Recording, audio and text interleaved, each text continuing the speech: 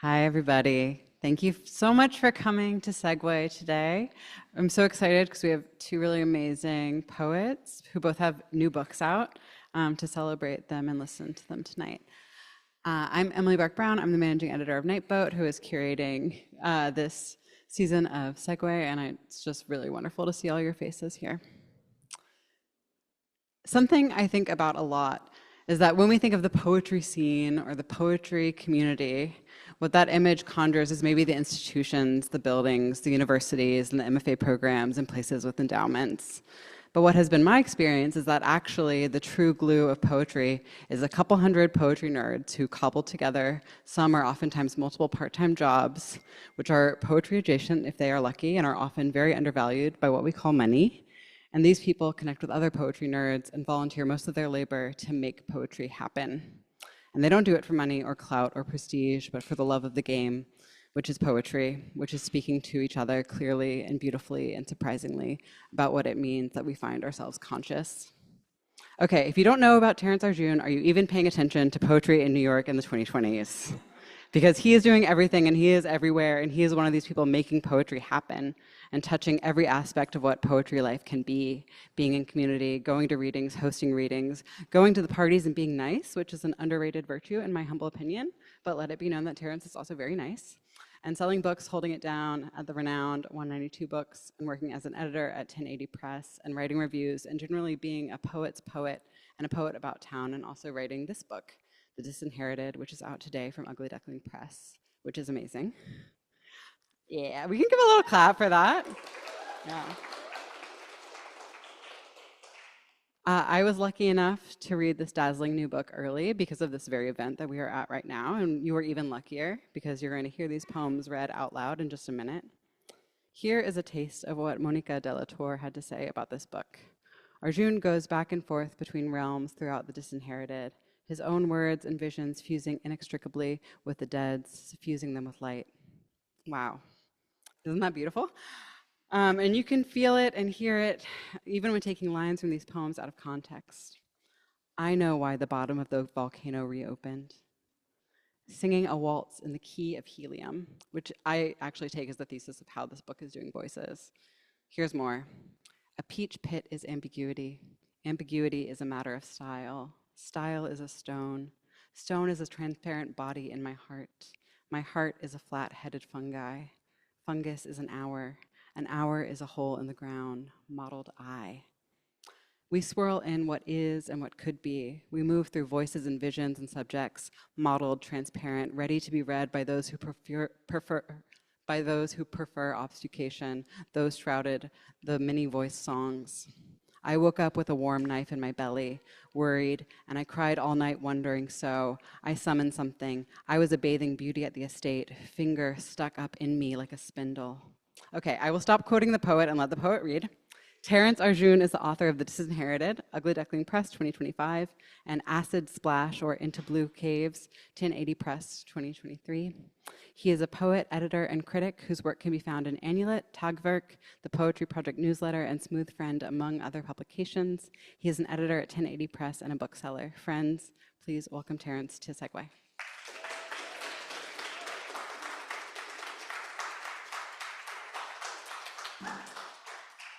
Hi. Thank you, Emily, again. I'm so excited because it's pub day. I just got them in the mail last night because I sent them to my old apartment, and I was like freaking out, but I got it. So I'm gonna read a few poems that aren't in the book first, and then I'll read from the book. Tiger songs. They loved these tigers. They actively sought these tigers out. They loved the concept of printing as nightfall.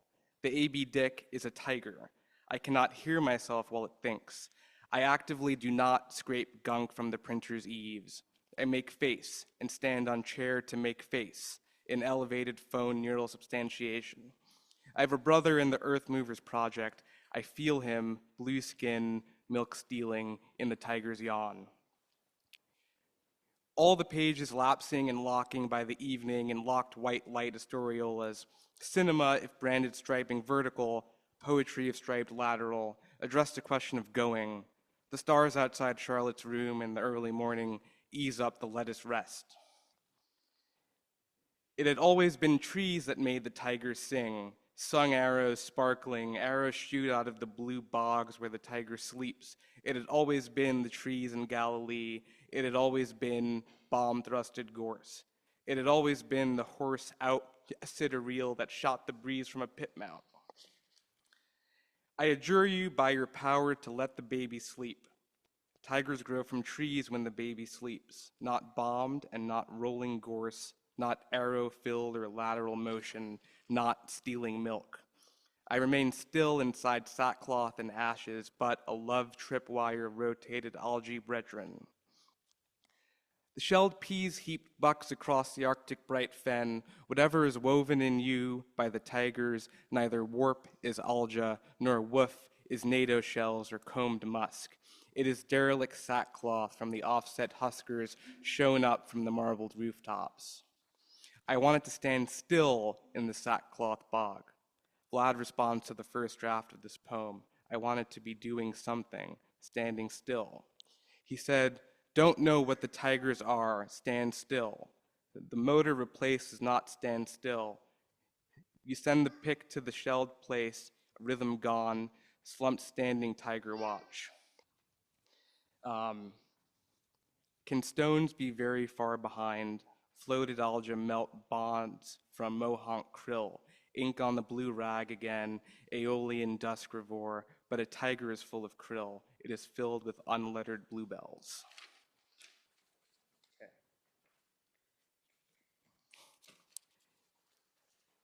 Reverse stupa. You get on a plane and stop going outside, so the draftman reneges on his contract. The deep squash color of my doubts, violet and rings, color of grapes, mirror of my doubts. But earlier, when they failed to find a hill or a mountain, the forest did just fine. The magnolia flowers float back upwards, annoyingly glistening with rain, and the beetles fly back in to the real world, not just fever projected from my bedroom, or nightlight glowing, or sea violet dark with hesitation. In the real world, the world destroys us, and the oval entryway flattens into the ground, trusting the rolling sea, clear of mind, violet-colored clarity.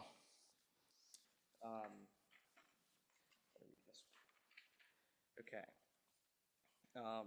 So a lot of this book is a translation of a book by Nerval, El Desdichado, and I don't speak any French, so I did it all word by word with the crib. And I did the same thing with the poem I'm about to read, which is a Holderlin translation. In Lovely Blue, Part 1, As Seen Through a Telescope. My brother and I had bad dreams lately because a tiger was brought in unsafely into the room where my father slept, whose myriad dreams of his father's altar lamps, of burning incense, of forgotten courtyards, of my years of coming home late, fill the dog-swept air. In his dreams, I am translating Friedrich Holderlin's In Lovely Blue. In lovely blue flowers, metal church towers, as seen through a telescope, the hammered sheet metal of the belfry blinds all oculuses. The cry of the swallows, a most touching blue. When I wake, out of fear or constipation, I piss in the outhouse, and the sun goes up over it and colors all the sheets. My mother finds me under the pear tree. I had had bad dreams since the tiger was here, brought in unsafely. On the stone bench, the tiger sits, beautiful. The windows, same, bell-like gates of beauty, namely because the gates are real, actual gates, and they're like forest trees. I fell, and the tree fell. I meet the dog and loan him a book. His vision is failing. Crystal reading glasses, dropped calls, mucus, ivy dripping from the belfry. But why would he be in the belfry? If someone in the belfry goes downstairs, it's quiet. Going to return a book and leave the library.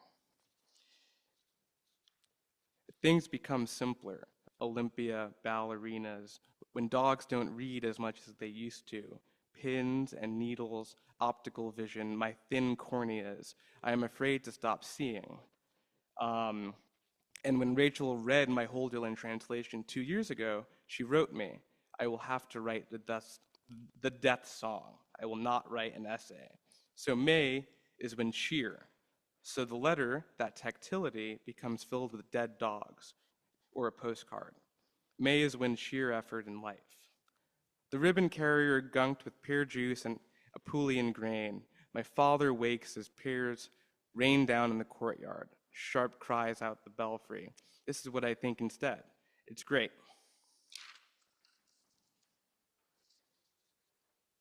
Part 3. Wonderful fried eggs. Remember those wonderful fried eggs? I mean hungry, yes. But do I want to be a comet, or is my brain doing this to me? I only have one heart and 3 brains.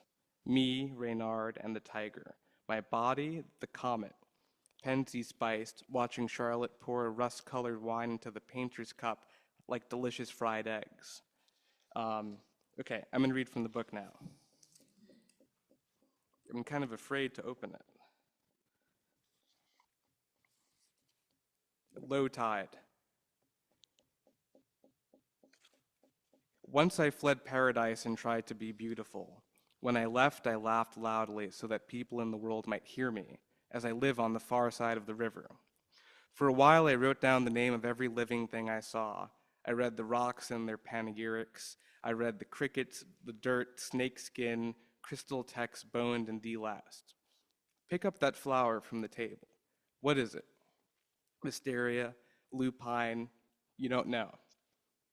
There is in me now a worm-like moment. This movement makes me sweat, painting clowns into the coral beneath my feet. And this fossil reveals small flowers when lifted, breath swollen from a long night on my own, a fractured graze of light which renders ultimately as more martinis. The astronomer ordered one dirty, or he was from Terlingua, but we agree that there is no right time for the clock to stop, only that it just happens. Okay. How we got our names. Nothing ever happened to me while I was awake. This nothing, daily living, grounded me in the loam of the estate. This nothing was a beetle in me, a beetle in fine lace embroidery. We enlaced the world back then in jasmine memories, the smell of sweat mixed with the gold beads on the stone lashed with jasmine entombed meshwork. In the mornings, the columns behind the graven gates would thin out, and from that fog which traced downwards toward the sea. Inside, it was warm, and our tunics hung loose, so that we would have to bat away certain flies drawn to the stick and the smell. In mornings, the bogs would emit a cooling vapor, so we would go down by the gates, certain that the bogs were producing the fog which led the column seaward for our own benefit. Thinking on it, it was one bog interlaced with strands of walkable land, interlaced with bushes growing with 5-petaled white flowers. The flowers which were strewn over the path grew well in warm weather, and due to the cold morning vapors oft withered and fell, stinking with their perfume. This is why they call me Jasmine Stagnation. However, because the enmeshed land was so walkable, we decided there were 8 bogs, not 1. Given that the bogs were located perpendicular to the gates, we had planted a row of birch trees at a diagonal to both the bogs and the gates, their density protecting us from the eyes of the columns, which after the morning fog lifted would return to peer through the gate at our loose tunics, hanging as we harvested the felled jasmine petals. However, since we only ventured down under cover of the morning fog, the men outside would slip letters under the gate describing their visions, written on birch bark scraped from the top of the yellow birch close to the estate walls. Under cover of fog, we would walk down to the furthest birch to harvest our paper, on which we would inscribe these prayers, dreams, and letters. Although the birch trees grew well with moisture and received adequate sunlight, they were often killed by beetles called bronze birch borers. The others would flick these beetles off and crush them underfoot, or we would find them under our tunics inside, clinging to the beads of sweat, rippled and hidden by the fine lace, but I would never crush them. Their long, iridescent bodies would glimmer in the dull morning fog, flattening into a chisel at the rear, but I wouldn't touch them. They would scuttle over the white jasmine as I kneeled, and I would call them by their names. This is why they called me the penitent borer. Men would dig up the birch with chisels once the beetles killed them, and after stripping the paper, we cut it up for firewood, the fire of which made the interior exceedingly hot. At midnight, I would venture down to the gate to watch the columns sleeping on the grass, their ingrown hairs and balding heads shining in the flicker of flying carapaces. This is why they called me Midnight Gate. The graves we dug for the men were often too small, and in the off-season, kept away by the columns outside, their graves filled with grains and many small samaras.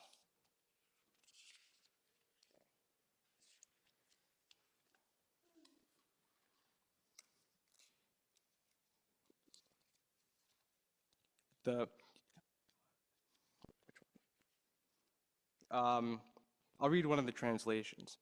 Myrtle. I am thinking of you. I smell you, divine enchantress, haltingly, dressingly, eating brilliant milfoy. Your forehead flooded with light from Orvieto, black grapes mixed with your shining hair. In your cup, too, I tasted your drunkenness, and in the lightning flashing in your eyes, when at Bach's feet they caught me praying, driving in your car, amused, and a descendant of the astronomer. I know why the bottom of the volcano reopened. Yesterday you touched it with your feet, and the sky was filled with ashes. Since then, your clay gods shattered by the Normandy breeze, always under these laurel branches. Fine Hortense. Okay. Drone acupuncture. I woke early and went to shower in the darkness and saw and heard the couple having intercourse. The parts of their body that were normally covered by clothes were those of leopards. That attitude being so ponderous of which parts were those of leopards and which were not. That attitude out of the question of what I consider and do not consider. Consider slipping a shoe off under the table in the evening. Consider the delicate marbling of my skin. Now consider the state of corsetry, consider untying those bows.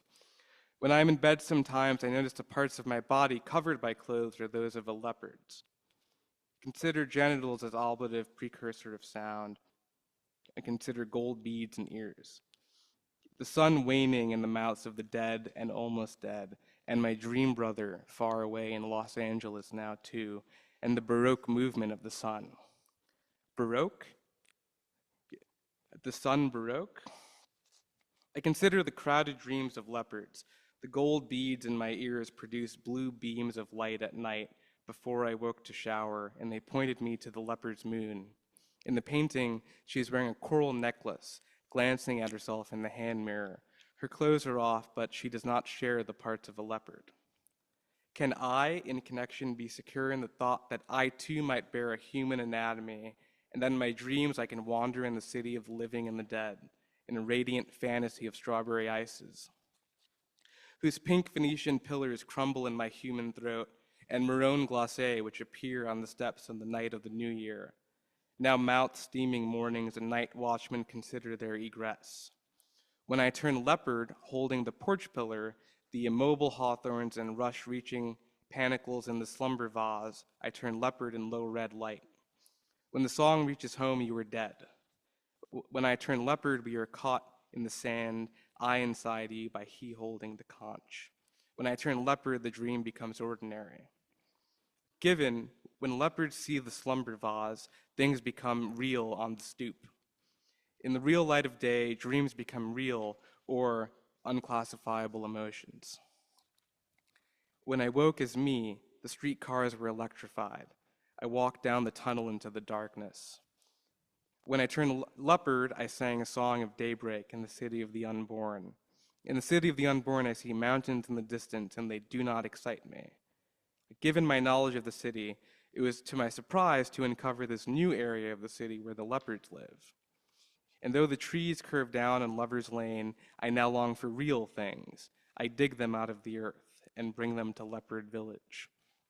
I bring a fig metal brooch. I bring a lyre flower. I bring the leopard song. In the studio, Vlad hands me a used work towel covered in blue ink. I get blue ink on everything. I am making the perfect dry martini in the basement. I believe in distractions, hence, no book. We feed the leopards ribbon grass at night.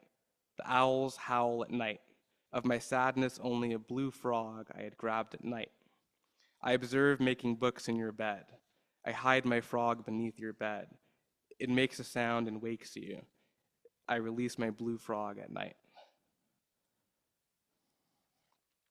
Okay. I'm ignoring all the post-its I put in. This earth, this passage, after Isamu Noguchi. In the city to build this city, whose terraces are the color of stars, roundness to be departed from, blown green in the wind. This earth is the name of my belly, full of pear juice and cherry compote, skin daubed, fingerprints from my love to cover my body. Round this passage, this earth, to bring her back to me, to cover me once again. Butterflies and Charlotte sparrows and mint. Nothing appears more likely than a return somewhere on the other side of this century to that city whose aqueducts poured Cafe Corretto down the avenues of this earth, muddy, almost browned, and languorous.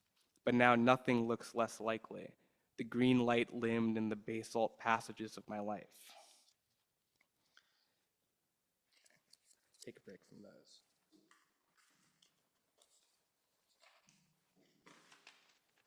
Okay. L'Imprimerie de Mickey. 1. You meet enough people in the desert, it gets to be old hat. Not all by definition a community of lovers, but united by the blackness of the sky and the dense crunch of the chaparral. Bach hour in the northern hemisphere unseats us all under the far thigh of distant lightning and draped Christmases, some cinnamon lip gloss or aquaphor, or again, later, slipping myself a Mickey far away from the storm.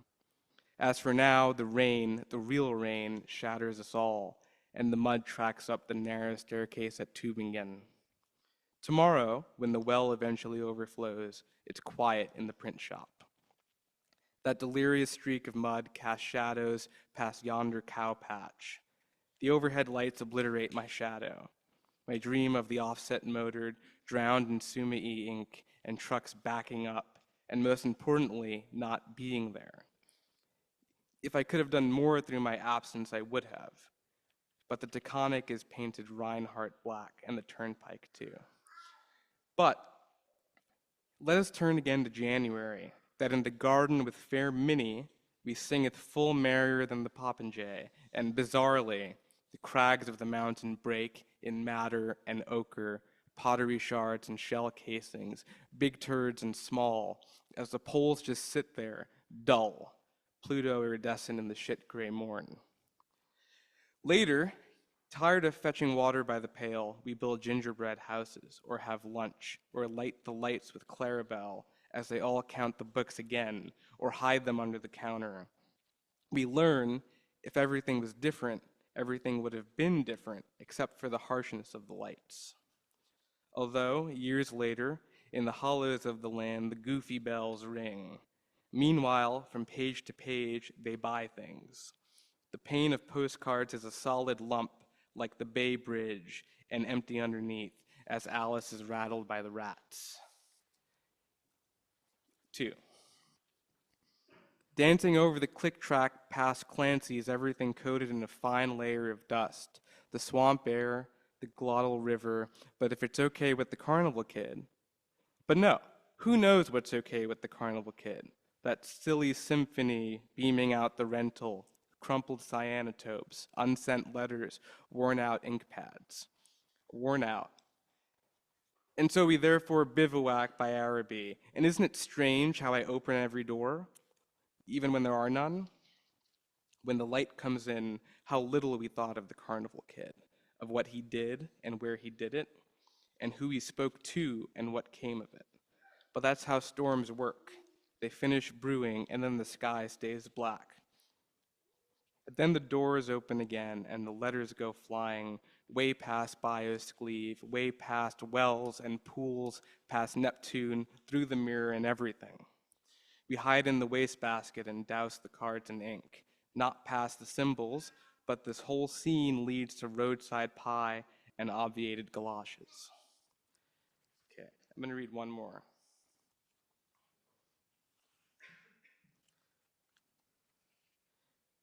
I'm going to read two more. Okay. The Secret of Nerval.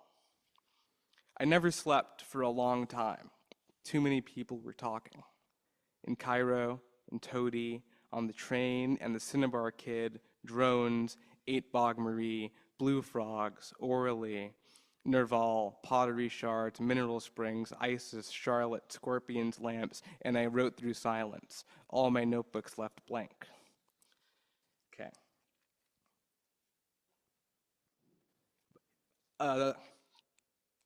The Secret of Nerval. The painter took me onward to a place where the streets became narrower and more gloomy. We came upon a house at the end of a series of houses, and in that house, a room near the end of a hallway. Past genocide and heroin deals that filled the whole horizon, past wainscoting and holy basil, past scanty clumps of date palms, past madness and rivers and rotten teeth and catacombs and white cubes and marionettes, past redemption. In this delightful place, whose exquisitely carved windows look out over the Kalish, I lost my European hair. Thank you.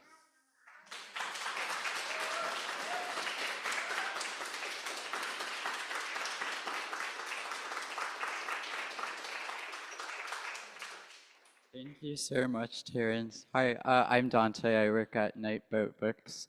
About a year and a half ago, Laura and I, and a lot of you actually watched a movie together. It was Variety by Gordon. It's about a woman who starts to work at a porn theater in Times Square. It's the 80s, it's really filthy. The mafia is there for some reason that I don't really remember, but what I do remember is how the protagonist becomes obsessed with watching women have sex, and there's no actual porn in it, but she narrates all of these porn stories to her boyfriend. And there's a lot of critics of the sexlessness in that movie. But Laura Henriksen responded to all those critics in her fabulous long poem about the book, Laura's Desires. And she says that they all don't recognize themselves in the boyfriend sitting there useless, unwilling or unable to receive what the woman is offering. So the poem is, of course, a lot more receptive. I think it would suggest that the innuendos are intended there. It's open to the conditions of, as she puts it, how to want to be the women that you are. I love the word want there. I think it does a lot of work. Laura is a sort of cultural anthropologist of wanting, and how who we are is made up of what and how we want and how much and what we do and we have it. There's that same feedback loop of feeling in her latest work, Duval Shelley. I loved it. I was floored. I think her already obvious intelligence is just even more abundantly obvious here. I mean, here's someone who knows pop culture and all of its bullshit and contours, and also the horror of chasing and surviving your own desires, which she does. And it reaches some sort of semblance of a conclusion, although it's sort of allergic to conclusions. She writes, "In my heaven, all feelings are met and matched with equal intensity." So she asks us to really consider seriously that heaven, to move heavenwards, to move upwards, forwards, backwards, I don't know, but I would follow her anywhere. So I am just hugely pleased to introduce Laura Henriksen. Thank you so much.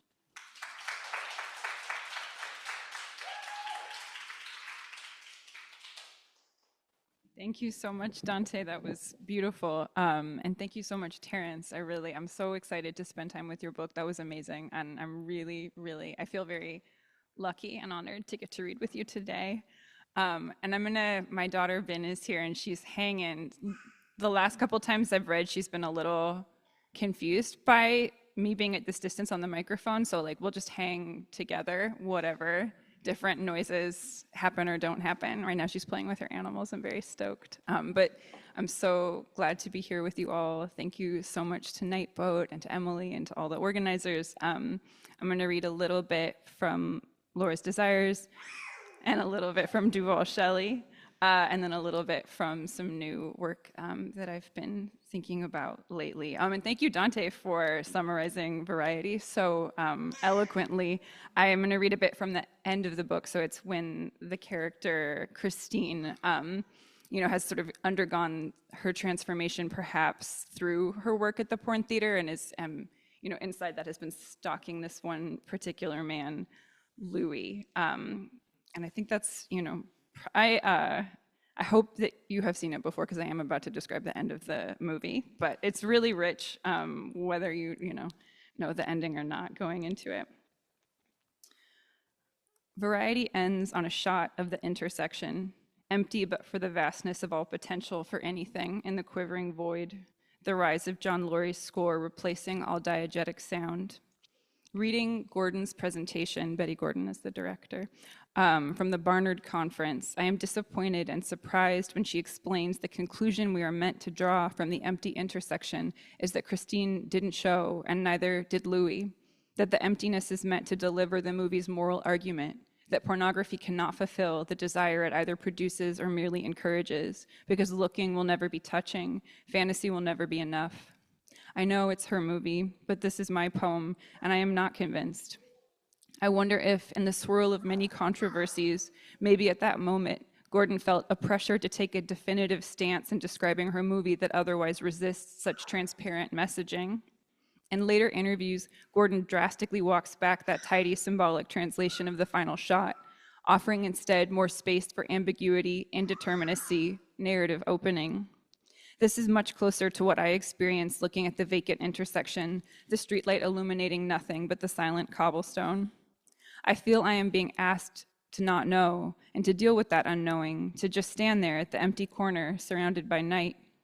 Maybe the meeting had already happened and now the lovers are on their way to the rich eroticism of a motel still in the early days of its grand decay, where they will pass back and forth a power between them, lush and rank like any other bodily fluid. Maybe they are still arriving. Maybe their arrival is endlessly deferred, and that deferral is precisely the source of their pleasure. I prefer so much the relief of not knowing, the permission it offers to create my own fantasy of their encounter, temporary and subversive as a song that makes some people rich and some people free. I think authorial intent is far from the last word in anything, despite what I just said about this being my poem. I mean, it's my poem for me, my poem to you. You're going to do with it what you're going to do with it, just as there's nothing finally stopping me from having it just the way I want it. Filmy and mysterious, a floral shirt in a window, watching myself crossing a street, knowing and not knowing where I'm headed, not hesitating, guided by an intuition of the palace where a bag of candy melts and reconstitutes itself in breath glittering in the dark of an incidental space. Outside, there's the weather, moods, imaginary money, people with varying degrees of skill as storytellers who want different things for their lives from their lovers, things that come and go. A friend reads an early draft of this poem and offers gently that in the end she feels no closer to understanding what I mean when I refer to freedom, despite it appearing as such a central figure in the poem. Sometimes I think all clarity is an accident, stumbling into a description of, or explanation of something I hadn't previously understood and maybe still don't, and for a moment language somehow coalesced into a window, a mirror, a camera, a door, in which case I have equal control over moments of obscurity and lucidity, which is to say no control. This would be a convenient way to avoid saying what I mean. It helps sometimes to question it out, like, does freedom feel like anything else? Is freedom an absence, or is freedom a presence? I read about a debate between Neoplatonic Christians arguing either for God's omnipotent, omniscient, omnipresent omnibenevolence, the positivist claim that so fucked up my youth, or for God's complete unknowability, such that anything that could be said of God would necessarily be untrue because nothing true about God could be sayable. I'm afraid I'm explaining this negative epistemology incorrectly because I've just said something about God, so it must also be untrue. Freedom, I am convinced, is a presence. As Ruth Wilson Gilmore explains, it is a place. What makes something a place?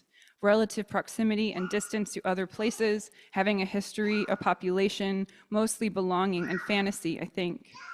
Not a nihilistic gambler's freedom of having nothing to lose, which in my experience is more like a panicky, trapped, thrashing feeling, but instead a freedom of living within and helping to maintain structures wherein it is possible to do whatever it is you find yourself called to do. Swim, marry, divorce, be responsible for a boat, look out a window, stage a play, abort a fetus, express your gender, feed your friends. As an aside, in Uncertainty, Wittgenstein expresses regret for all the confusion apparent in his writing, but in that regret, a hope that future readers, in meeting the questions he swung his arms towards again and again, might find something to hold. He always said the most romantic things. I wonder about the nervousness I have felt and still feel about writing about the actual sex I actually have. I sometimes find it hard to be in the place where sex and words meet, or rather I love to be there, but find it hard to get there sometimes. It helps to slow down and ask, what do you want, Laura? And then I can't stop. I want to be sucked under a current, or no, to float, or no, I want to be cast in your elaborate fantasy, but to have a clear enough rule that improvisation is easy. I want to feel you from inside, to tuck your hair behind your ear, to have known you when we were children, our arms wrapped around our knees in the back of a parked RV, to taste your molars, be your optional pendant, but also to never speak to you again, because wanting reminds me of the control I lack. A seance in an infinity pool, a poem I continue to write even when I feel I'd like to be done. I'm crossing the bridge on the way home from work. It's dark out. The Verizon sign over Lower Manhattan glowers. Across from me on the train, an older woman chews her gum with such commitment to the mechanics of her jaw moving, it's confrontational. I want to watch her, and I think she wants to be watched by anyone, but I know that if we act on these impulses, we will both be ashamed and potentially react to that shame differently. So instead, I read the advertisements and imagine taking her place. St. John's, Education That Elevates, La Mujer del Diablo, Vic's Original, Book Your Party at Race Playmore. Something for discount scrubs I can't quite see. I do want to tell you things, as I know I love to be told. If I thinly veil my autobiography, will it be easier to speak freely? If I wrote Sarah's desires? Night is a panel she folds back. She transfers from train to ferry. She turns around, calls her love bug, simmers and elects, a mysterious partisan opening a door. Once I was in a friend's car, driving towards the sunset, to a movie theater built over a demolished amusement park. It had been a local controversy years before we got there, though we were still familiar with its basic shape.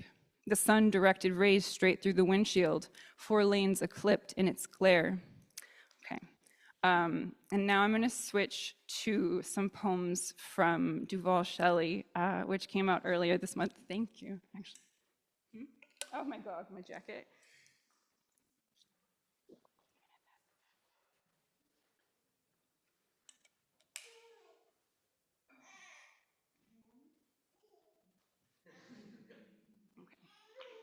You're doing good, baby. You're doing good. You're okay.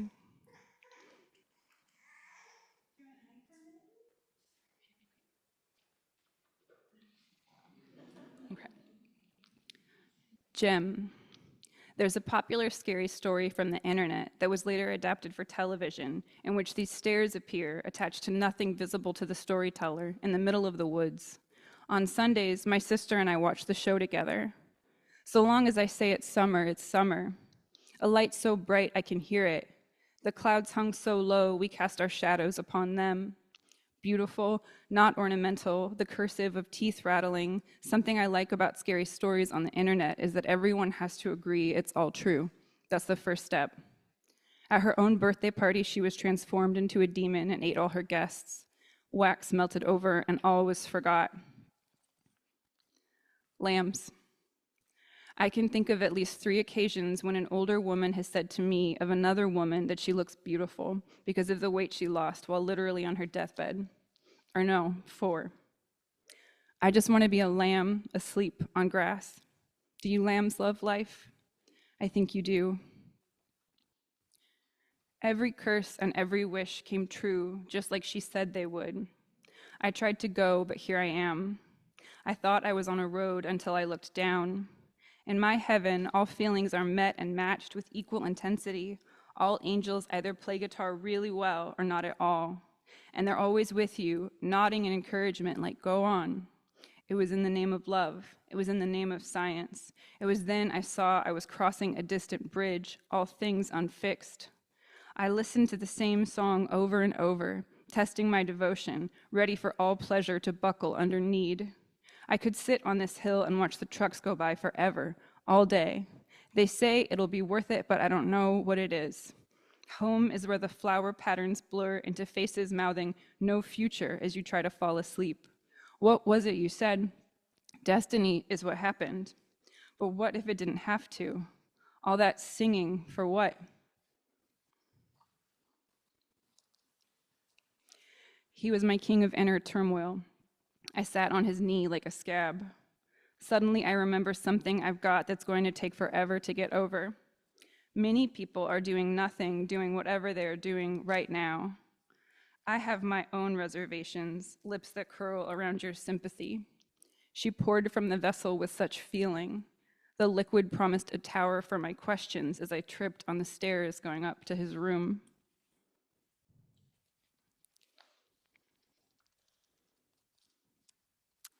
Dogs of Paris. I'm not an anti-sex feminist, but lately my aversion to dealing in power has made my encounters hard in a way that is not particularly fulfilling. Like how I am so often disappointed by the words for different textiles. I mean their names. They don't sound how they feel, which is what they mean, I thought. I changed the name of this place to the name of another place. This was after watching Paris, Texas, after going to a disappointing family abolition meeting while reading another book about abuse. In Paris, Texas, Travis is guided by love and an origin of love, even as he also destroys love's possibility, I think. It's a problem with narrative, with mistaking every place for a setting. It's sometimes necessary to build really elaborate forms to say really simple things. This is why, if a movie isn't highly stylized, I don't really want to watch it. Afterwards, relaying events from earlier in the night, he said I was just telling the truth when I told her the truth, but I felt instead I was breaking something breakable. You want down? No, you want up. Sure, baby. I'm okay. Thank you, though. I've told several people the truth this week, and I have not liked it very much. Would I say that I regret it? No, because now I'm not saying anything. At any moment, anything could change is a thought that has brought me varying degrees of comfort. I wish, like an awning, I could retract my mistakes. I told one person the truth because I felt I had power over her and I didn't want to misuse it. I told another person the truth because I knew she had power over me. You want milk? That's not right now. I don't know what I wanted, although, of course, she did. I felt myself retreat into a wordless state of interiority, and I feared I'd never return, tongue knotted in my pocket. My friend with the perfect dog says you get the dog you need. You want to have a snack?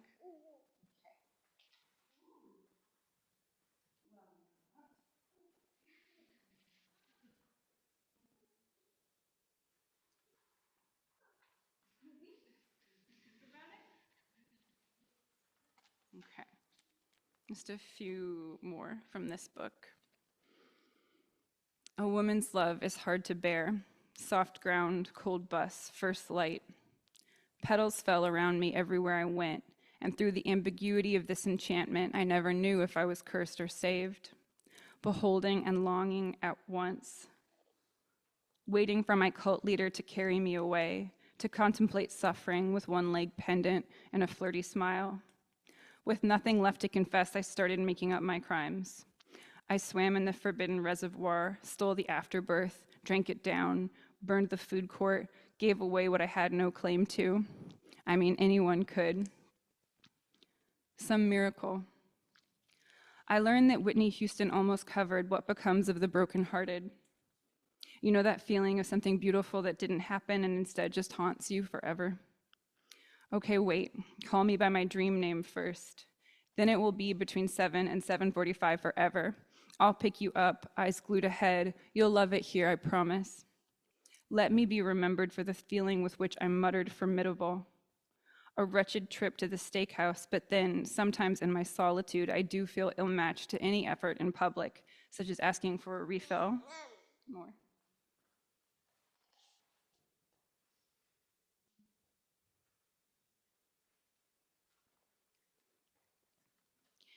If you really wanted it, you would have done it already, right?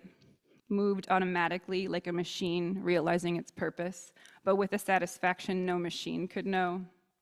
When asked about delight, nothing came to mind but certain single-serving cereal boxes in airports and stealthy, throaty Sias.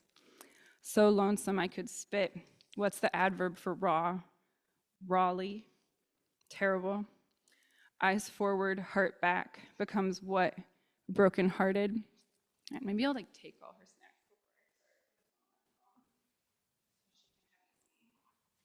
access to them. The governess. Oh, you want that? Dear baby, I wanted to go to another country. When I tried to learn French, my best friend's dad fell in love with me and I never spoke it again. My only friend, really. I had to find another way. Talking to someone you realize isn't there is the least unsettling over the phone and the most unsettling in graveyards or moving vehicles. So long as you can't see the skull, you're fine, represents the limit and method of my caregiving. I learned that sometimes part of what makes a nation is a shared language, a way of communicating. So now I study the language of the dead, thinking that might be the ticket. Checkerboard, honey bear, veranda, portable trapper keeper, lung bank, wood rot, strobe. That was cool, thank you. When I first arrived in early September, the dogs of Rickards Way stood still and even as pylons in a guardrail, all eyelids. No one remembers a time before this.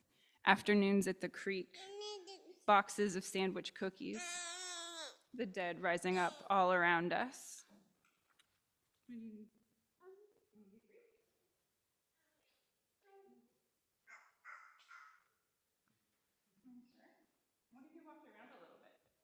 What if you walked around a little bit? Mine. You just see. Okay. The dead rising up all around us. Like vapors, grass cricket, all clover, light rain, frozen fruit smoothie, welcome back, Beverly. Speaking with the dead through the screen door before dawn, don't be afraid, I won't hurt you. The smell is both floral and meaty, a bit of the carnival, Titan Arum. All eyes start watering, all players get nicknames, affectionate diminutives. Little Chevrolet, all-girl cover band, the last nights, the Earths, the last nights on Earths. We believe in aspirational dressing here in the country. I never felt so alive, heedless of warnings. The trees caught the wind, held it up in their ghost hair like an antidote. We pass around the flashlight, shine it towards the sky. Dig you well, I shout from a car speeding away. A refrigerator at night, she explains over the intercom of the dead. Lighter red lemon face, shaking out the laundry. The rules are simple and easy to learn. Everything is true. Bed at 9:30, seance at midnight. I'll find the sand dollars. I'll set the table. The language of the dead burns my tongue like a French fry straight from the oil. It makes my head swim and my shoulders tense. Through the screen, I can make out only outlines and lights and hear the kind of music that's always about winning and losing. Dog Day, Dry Run, Blue Night, True Love, Porch Talk, Cake, Lagoon. Just standing at the threshold, lip chewing, watching it all, hands in my pockets, but not really, counting the flashes and drops. In the light of the dead's attention, I glow like a cat. I feel chosen, or I gloat like the person a cat chooses for a chair, holding my breath so my movements don't disturb, silently begging the dead not to go. Mezzanine, air circuit, Winnie, August, antler, air. Dear baby, to do this yourself, here's where you start.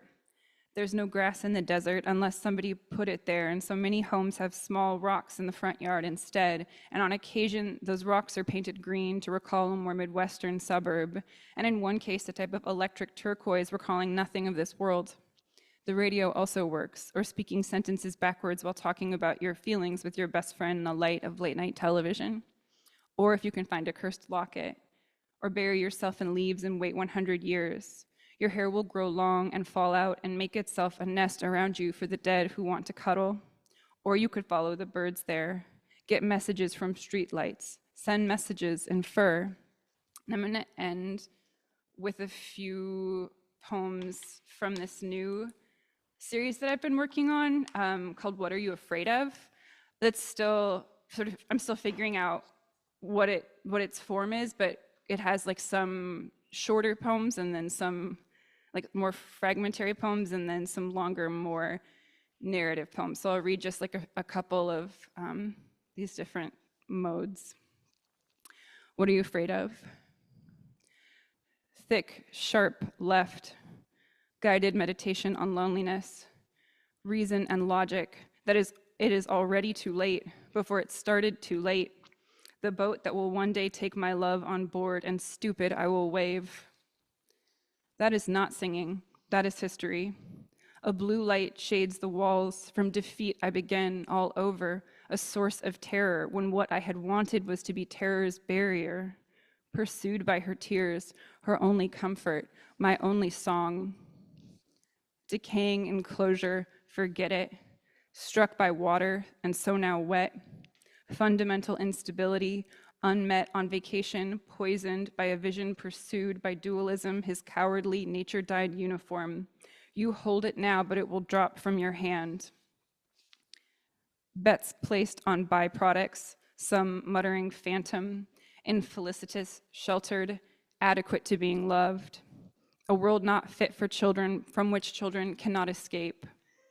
In old age, no tenderness. In heat, no great guide.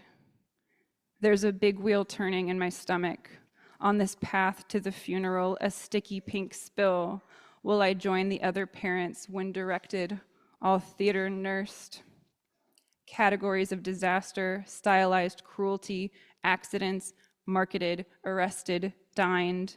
I don't mean to minimize anger's importance, I tell her, or the significance of being born and raised. Use that as a vehicle. Be the judge of that.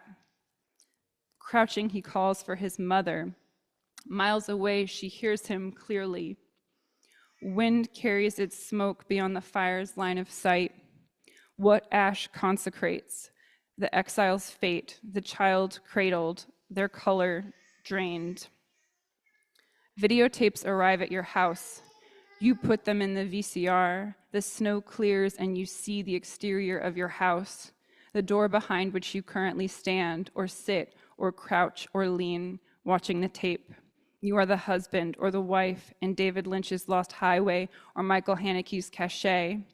Confirmation of a bad feeling that you have never been alone. Since childhood, you have participated in the history of cruelty. Because of your love, you have something to lose, and because of your crimes, you are going to lose it. Doubt is what allows a single gesture to have heart. That's a Fanny Howe quote. Out looking for your friends, embarrassing, how I felt next to her knowledge. At what point will courage erupt instead of fury, or alongside fury, a gasping wound? Waste traveling downriver, what angel waits for you? A different kind of guard for neither vault nor prison. Spiritual advisor with eyes that lift towards sound. I'm needing you. Please help me in my cause. When war is her teacher, what does the girl learn? Drops from the hook, splashes, starts, moans homewardly. Fear eats itself. In the mistake of the origins, in the mistake, the origins of the mistake. What did not happen or was prescribed too late or simply ignored or already happened, and so what perdures? What choice did she have before, during, after her crossing from life that can be recognized as living? And I'll end with this, which is a little longer. It's okay, baby. It's okay. Someone caught a fish on the pier where I thought no one caught fish. I felt upset even after he threw it back. It was a celebration of abominable freedom. I was not yet afraid, but ahead of me was a fear so profound, its transformation in advance I could not conceive. We walked home on 4th Avenue. We saw a movie about adolescent violence and love with fucked gender politics and great performances. It conveyed a lot about living here. What can you escape? Can you escape a trap you didn't realize you were in? Can you only escape into the next trap, a bigger trap? I vomited repeatedly. I met a lot of people quickly who were very different from me, but that difference felt less significant than it might have as our purposes intersected and diverged. Finally, it was possible to be nowhere, but the relief that provided was hard to measure. I gave up quickly and felt insane and later very ashamed, and for a long time I'd cry about it. It became a story I wanted to tell, but when I tried, I started lying immediately, which surprised me because I had such a will to speak it and such a need for listeners. I gathered friends to tell them individually and in groups. I don't know what they expected me to say or if I said it. I met with strangers on the internet and cried, and other people cried too. I said, I am afraid. What are you afraid of? They asked. I started lying again. I couldn't remember some things, important things, like what she looked like when I first saw her. But I remembered what I ate when I ate again, although I don't remember that anymore. We paid extra to be alone because it was all expensive anyway. Everything was organized in 3-hour increments and then into smaller units within those increments. She said I wasn't trying hard enough and I lost forever the capacity to understand effort. I was nowhere, a few blocks away from where the man caught the fish and threw it back. I was offered ceremonial chocolate but didn't have time to eat it. I was lost completely and did everything wrong. There was no golden light. There was no temperature, although the fact of my breaking a fever did become consequential later. I did die, of course I did, and then a friendly stranger asked me about generative AI in the classroom. I was slightly behind in discovering important shifts had occurred. I made those discoveries through auditory evidence that arrived to me from across a plane of nausea and blood behind a sheet. Crying, for example, and then Morgan saying hello. Thank you so much.